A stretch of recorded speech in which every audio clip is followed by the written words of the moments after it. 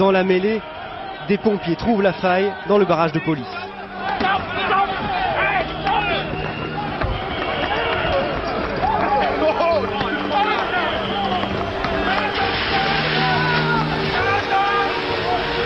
Chez nous, attention si vous empruntez les transports en commun à Liège, des perturbations sont à craindre demain. Bonsoir Frédéric Matriche, la grève d'une partie du personnel des TEC est donc maintenue.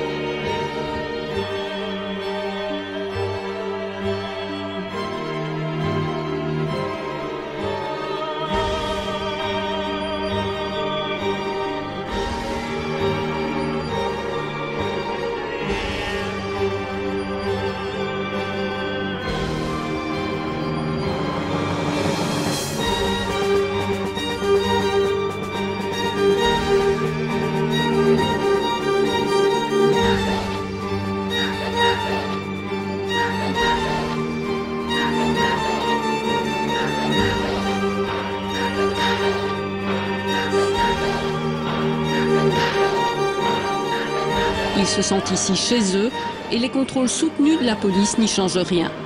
Vous avez une carte d'identité sur vous? Vous êtes consommateur de stupéfiants? Mais si je vous trouve, je connais ça dans ce cas. Pas du tout. Je peux aller dans votre poche? Oui, puisque même à l'intérieur de votre poche. La police voit, tout le monde voit, tout le monde sait, mais ça n'évolue pas. Je lance un message de politique, trouvez une solution. Aidez-nous à avancer et faites que les gens ne vivent pas dans un climat de peur. On demande tout simplement qu'il y ait ce qu'on appelle la tolérance zéro. Est-ce que légalement, c'est à nous de les chasser, madame? Je vous pose la question.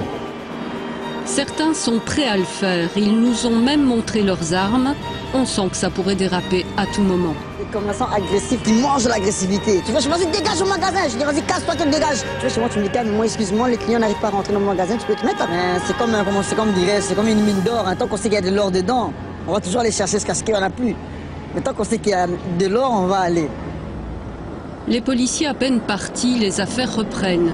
C'est comme une histoire sans fin, avec des jeunes dealers qui font leur bord, des policiers de plus en plus désabusés, des commerçants au bord de la crise de nerfs.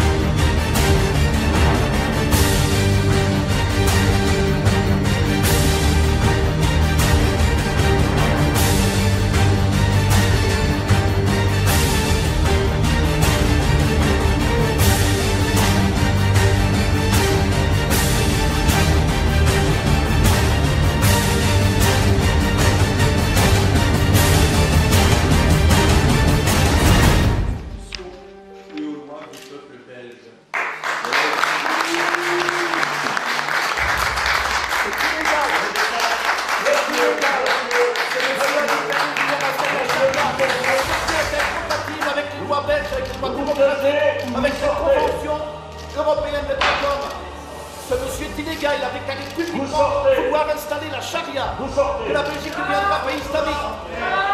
Cela est illégal, c'est scandaleux. Et je sors. Vous sortez. Honte aux institutions. Oh là là. Pas vous.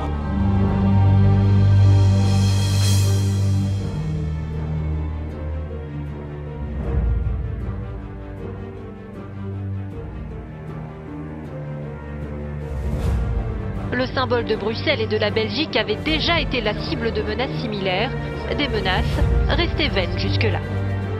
Selon le bourgmestre de Molenbeek, c'est le groupuscule islamiste radical Sharia for Belgium qui est derrière tout ça et qui enflamme les esprits. Mais qui sont-ils exactement et quel message véhiculent-ils? Eric Van Deus, Elisabeth Waters et Denis Condreau ont tenté d'en savoir plus. Un véritable jeu de piste au milieu de la nuit. Départ de Molenbeek pour aboutir dans ce discret appartement d'une barre d'immeubles à Zélik. Stéphanie Diaggio est là, ombre noire sur fond noir.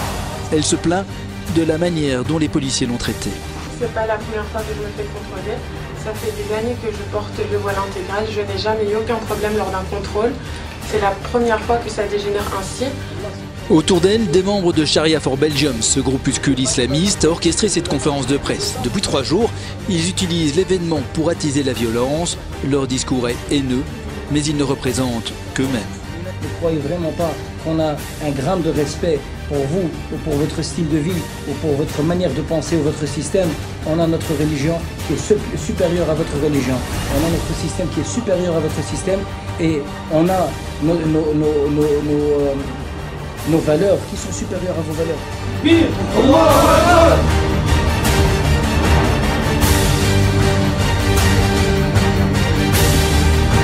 le leader de Sharia for Belgium a été condamné il y a 3 mois pour incitation à la haine raciale. 12 ans de prison, il attend l'appel, mais ses errements perdurent. Si vous acceptez pas les musulmans, vous acceptez pas la religion d'Allah subhanahu wa ta'ala, et si vous acceptez pas la charia qui va vous dominer et qui va vous dire quoi faire, vous déménagez alors. Vous pouvez partir avec Geert Wilders, Philippe de Winter et tous les autres mécréants. Je sais pas, aller au pôle Nord ou aller ailleurs. C'est nous qui vous disent, ou bien vous acceptez, ou bien vous vous tirez. C'est très simple.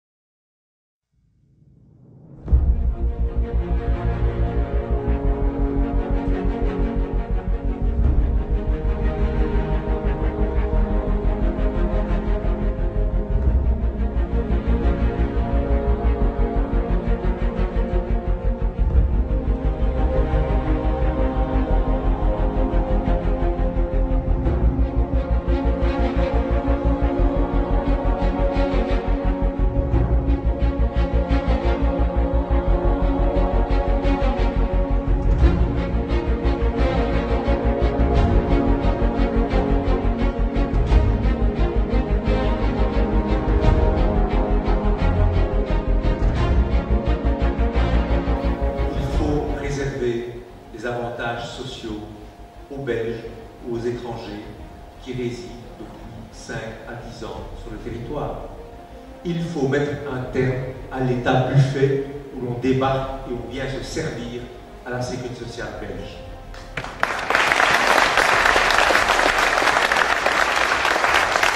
Troisièmement, chers amis, il faut réaffirmer un principe. Et nous ne serons jamais assez fermes là-dessus. Les étrangers qui viennent s'établir chez nous viennent en connaissance de cause. Ils savent qu'ils rejoignent un pays occidental avec nos valeurs, nos traditions. Et nous leur disons une chose très claire. Vous vous adaptez à nos valeurs, nous ne nous adapterons pas à vos valeurs, et si nos valeurs ne vous plaisent pas, allez vous établir à nous.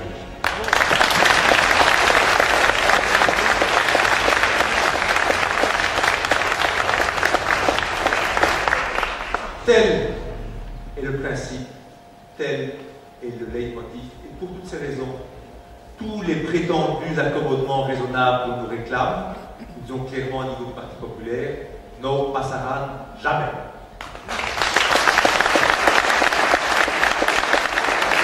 Et je peux vous dire que vous avez peut-être vu cet après-midi, il y avait une dépêche de Belgrade qui disait que le fondateur de Sharia for Belgium avait été condamné à 1 an ou 2 ans, c'était pas très clair, de prison ferme pour les propos incendiaires, les appels à la haine tenus contre les autres communautés de ce pays. Les femmes, les juifs, les blancs. Chers amis, d'abord cette peine de 1 an ou 2 ans, même ferme, je vous l'ai dit, elle ne sera pas exécutée. Mais surtout, ces personnes, ces fauteurs de troubles, ces semeurs de haine, ces agités, ces imams, certains imams qui appellent justement au rejet de nos valeurs, ils n'ont plus rien non plus à faire dans notre pays. Je peux vous assurer que le jour où le Parti populaire exerce le pouvoir avec d'autres. Les premières mesures que nous prendrons dans les 100 premiers jours seront de priver de nationalité, s'ils l'ont, belge, s'ils l'ont, et d'expulser tous ces fauteurs de troubles, à commencer par les responsables de Sharia for Belgium.